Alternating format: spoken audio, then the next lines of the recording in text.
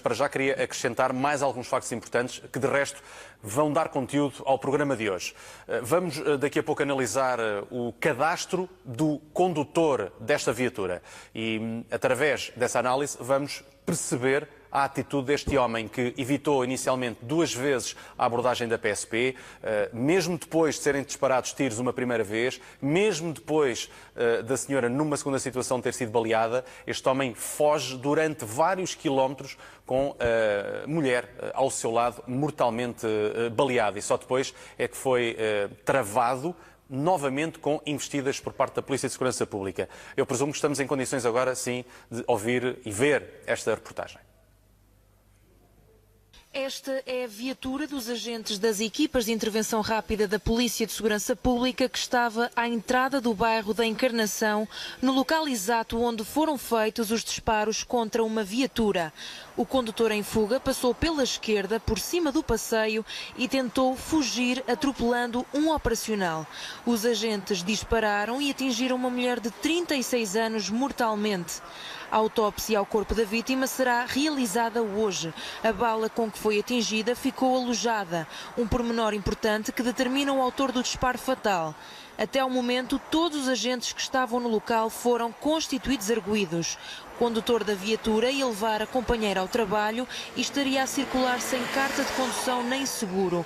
Foi imediatamente detido pelas autoridades. É um homem com cadastro em Portugal e noutro país europeu, ligado a alguns crimes violentos. Quanto aos assaltantes que escaparam, a TVI sabe que se trata de um gangue há muito referenciado, armado e considerado perigoso. O caso está a ser investigado pela Polícia Judiciária e a Inspeção-Geral da Administração Interna instaurou um inquérito. Vamos analisar este caso até porque existem várias novidades e informações importantes que nos vão permitir perceber o contexto em como este caso acontece. Vamos pedir ajuda à Susana Garcia, comentadora SOS 24. Susana, bem-vinda uma vez mais e boa tarde. Obrigada, boa tarde. Vamos por partes. Vamos começar com esta fase que estamos a atravessar agora e da possibilidade destes agentes serem considerados responsáveis por aquilo que aconteceu e que tipo de responsabilidade é que nós podemos pedir a nível interno da própria polícia e também criminalmente. Bom, vamos por partes. Ontem estes agentes foram notificados para comparecer à Polícia Judiciária para serem inquiridos na qualidade de testemunhas, como seria de esperar. Quando chegaram ao local, foram constituídos arguidos. Começamos logo em mal. Eu, como advogada, sei que o estatuto de arguido serve para proteger o indivíduo quando há suspeição da comissão de um crime. Mas neste caso, e porque estamos a falar de agentes da autoridade, estamos a falar de agentes da PSP, o estigma social da constituição de arguido é arrasador, quer do ponto de vista deles, quer do ponto de vista da sociedade. Primeiro ponto. Segundo ponto, mas se serve também absolutamente para os defender... impossível, não, é que era absolutamente impossível, do ponto de vista do rigor técnico-processual, constituí-los arguidos. Porquê? Porque nós não sabemos, nós sabemos que há uma pessoa que morreu por causa de um projétil que foi disparado com uma arma que foi usada por um agente da autoridade. E foram 7 pessoas constituídas arguidas, ou melhor 6, porque uma delas estava ainda em tratamento em unidade hospitalar. Portanto, como é que isto deveria ter sido feito?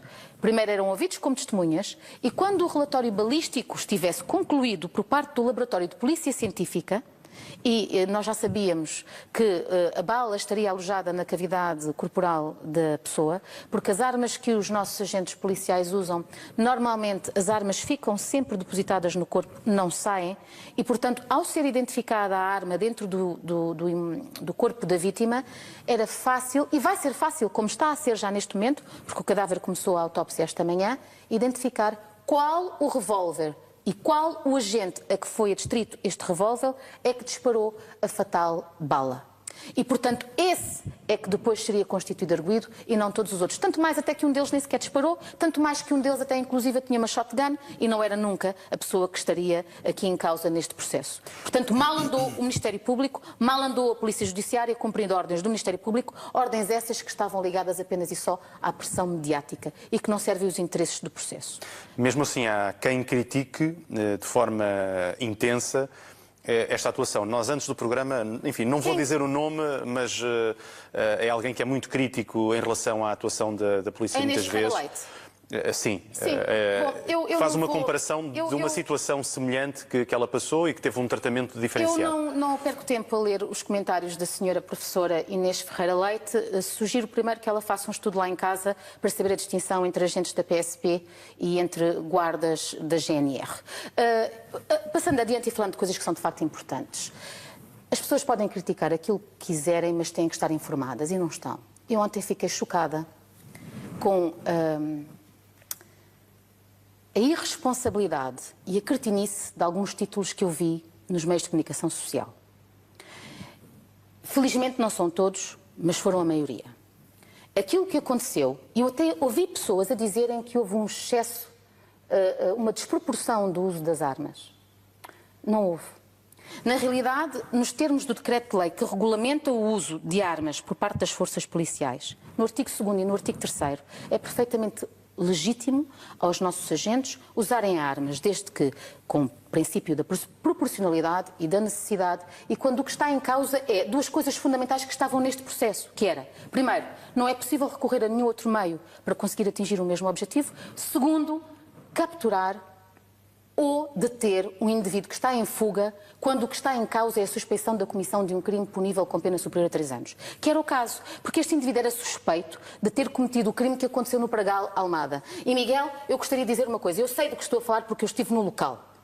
Às 4 da manhã, no beco sem saída, onde só há um candeeiro no início da avenida, com luz, tudo o resto escuro, um veículo automóvel com os vidros escuros, parados no meio da faixa de rodagem, abordado por um agente da autoridade, que faz marcha atrás a alta velocidade, bate no muro, e de ver que eu fui, estão lá as marcas, o Renault bate no muro, e assim que se apercebe que iria ser interceptado, houve os avisos dos agentes policiais a dizerem par que é a polícia, mais do que uma vez repetido, acende os máximos para encadear os agentes da autoridade a alta velocidade.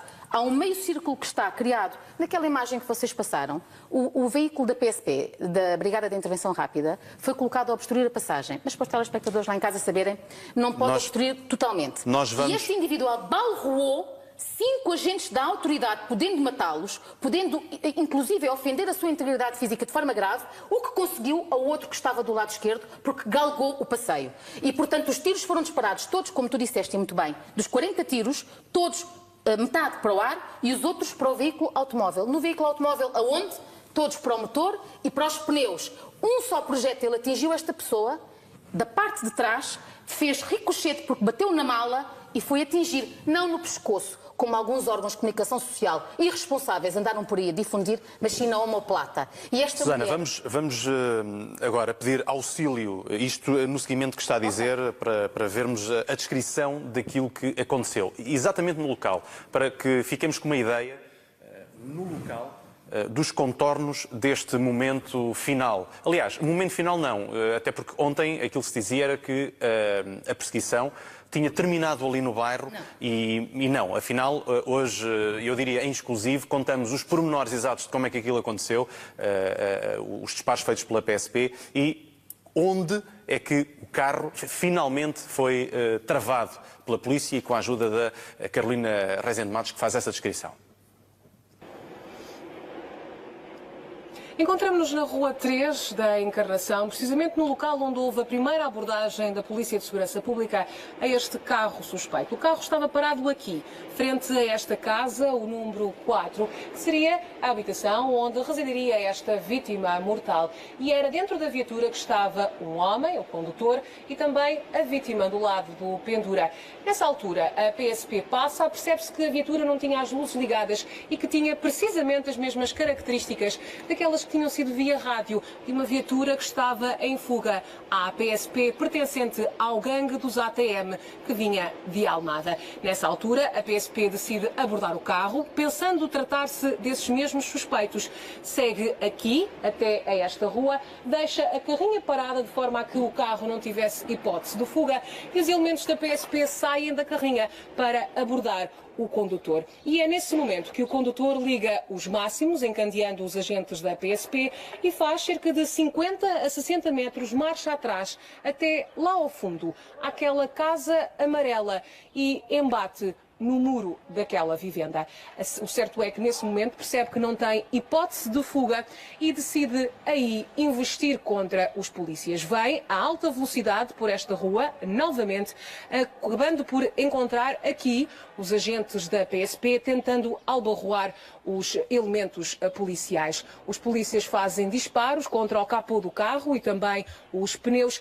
Uma das balas acaba por atingir a vítima nas costas, sendo que o homem investe de qualquer das formas e passa entre a carrinha e o muro, ficando sem os espelhos retrovisores e fazendo cerca de 2 km até à segunda circular, onde aí sim, finalmente, foi interceptado pelas equipas de trânsito da Polícia de Segurança Pública. Foram 2 km em que a vítima esteve, no fundo, magoada, baleada e que acabou por não resistir aos graves ferimentos, tendo em conta que não recebeu qualquer tratamento hospitalar. A Carolina Rezende Matos, com a descrição, eu diria, a mais completa que ouvimos desde que esta situação aconteceu, até porque há aqui dados novos. Quem é este homem, afinal, que resiste a uma detenção, foge, mesmo depois de ter a amiga baleada gravemente ao seu lado e durante vários quilómetros? Bom, não deve ser amiga. Se fosse, se calhar não tinha feito aquilo que fez. Eu não faço ideia do que é que esta senhora estava a fazer no veículo automóvel, às escuras, naquele cenário, nem me interessa, mas espero que não seja amigo dela. Não consigo conceber que o fosse. Vamos falar do que nos interessa. A exposição aqui está muitíssimo bem feita, porque foi exatamente isto que aconteceu. Nós estamos a falar de uma pessoa... Eu ontem vi um título que dizia PSP mata em perseguição mulher. Na realidade, quem matou esta mulher não foi a PSP, quem matou esta mulher foi este homem.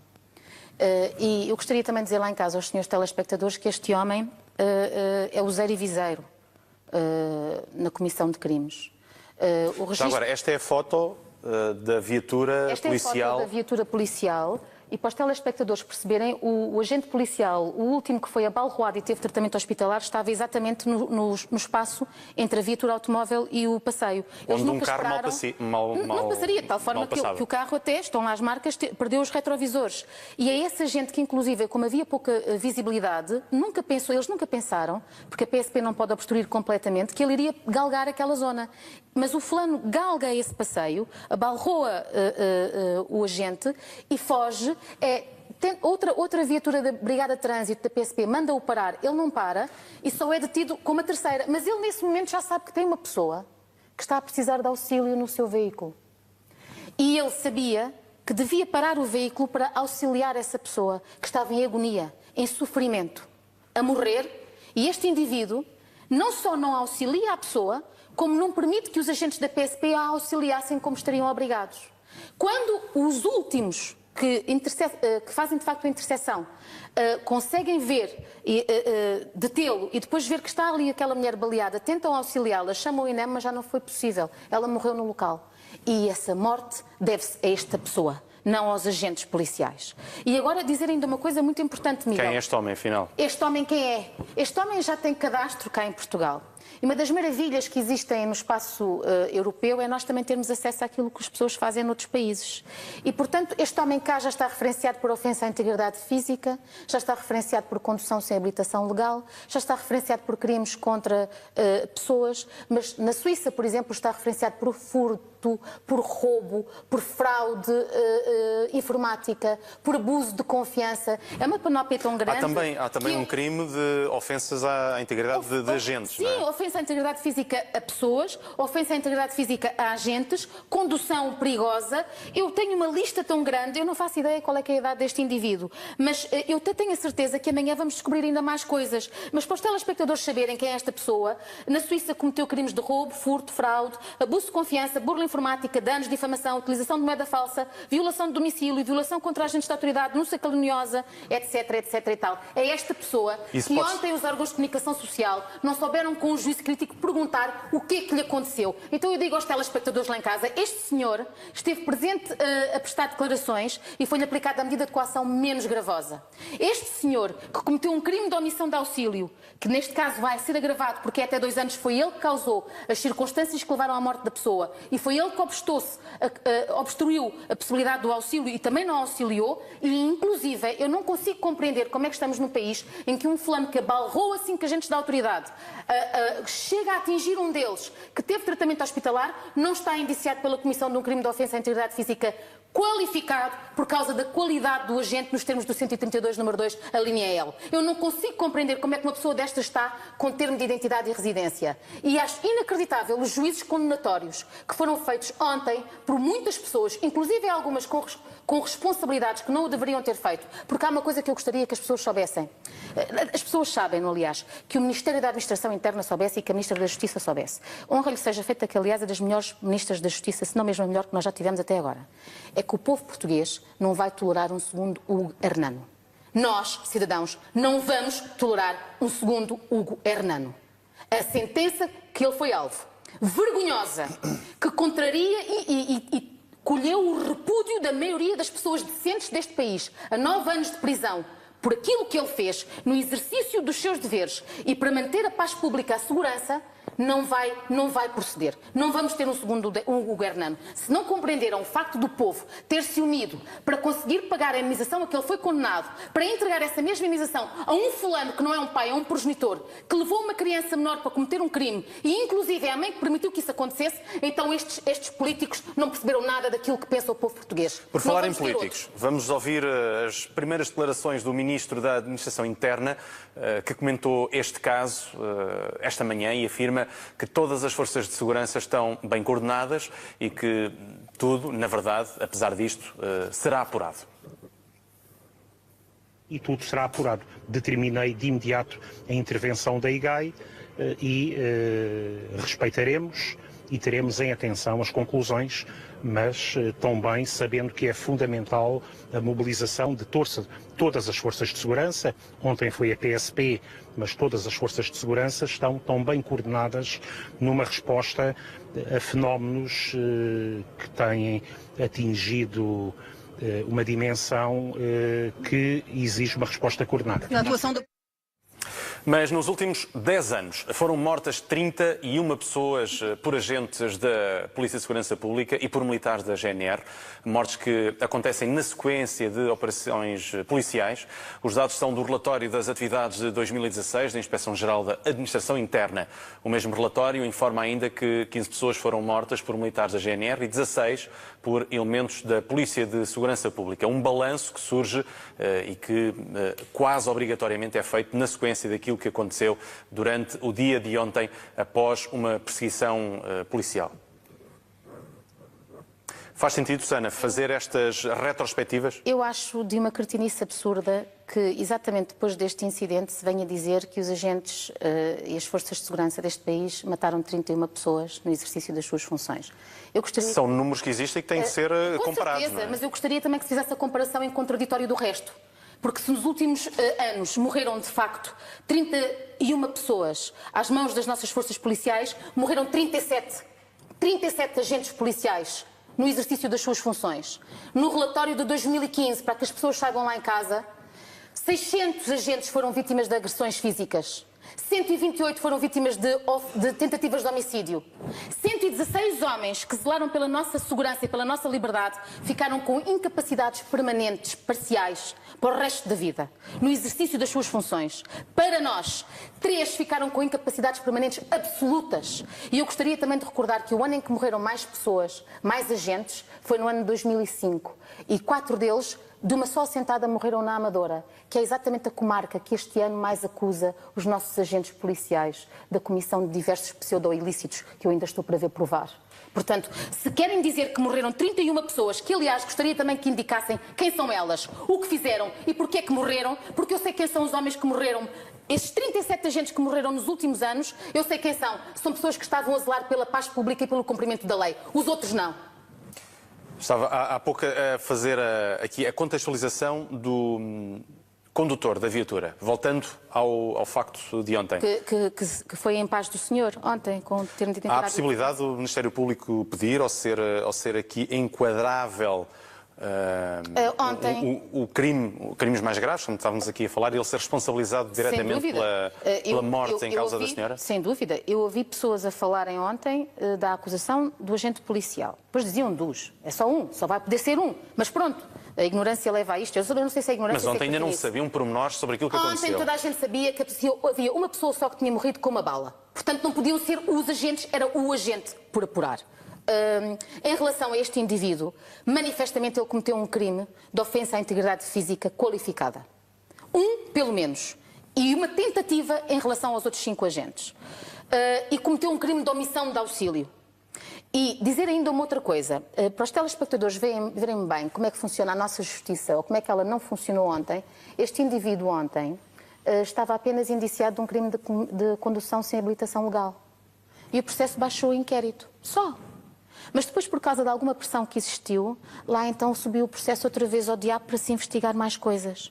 Eu gostaria que o Ministério Público fizesse o trabalho de forma cuidada e que promovesse as acusações ainda não, promovesse as investigações necessárias para indiciar este indivíduo pelos outros crimes que ele cometeu. Mas onde é que acha que, no seu ponto de vista, o sistema falhou? Falhou porque, eventualmente, ontem olhou-se para o caso como sendo os agentes responsáveis por aquilo que aconteceu? Nós olhamos, outra vez, os agentes, não é os agentes, é o agente. Não, estavam lá 7 agentes naquele local. O responsável por isto tudo é a pessoa que não acatou o pedido primeiro e depois a ordem para parar. Susana, estavam lá 7 agentes. Estava de uma equipa de intervenção rápida, estavam lá 7 agentes a fazer o seu trabalho. Portanto, a minha questão é, diretamente, se o que falhou foi a análise daquilo que aconteceu. Se bem que houve uma resposta rápida por parte do IGAI, ao final da manhã havia logo uma resposta, o Ministério Público também. O IGAI abriu um processo e abriu bem. Vai fazer as investigações todas que entende que são pertinentes e se houver motivo para isso, quebra um processo disciplinar. Não vislumbro como. Porque foram cumpridas todas as normas que oneram os agentes da PSP no uso da sua arma. Susana. Para o uso da arma. E, portanto, o que eu gostaria de ver era que este afã acusatório todo que foi feito ontem, para quem estava a tentar interceptar o indivíduo que era suspeito de ter cometido este crime, eu gostaria de ver este afã acusatório todo movido para aquele que é o responsável por tudo isto ter acontecido, que é este indivíduo. E não só apenas estar indiciado por um crime de condução sem habilitação legal, porque isso ele já sabe que está. Não é a primeira vez, já o fez cá antes e já o fez noutros países. E vai continuar a fazer. Vamos ter de avançar, Susana. Ficou claro, eu diria, a explicação em torno deste caso. Vamos avançar para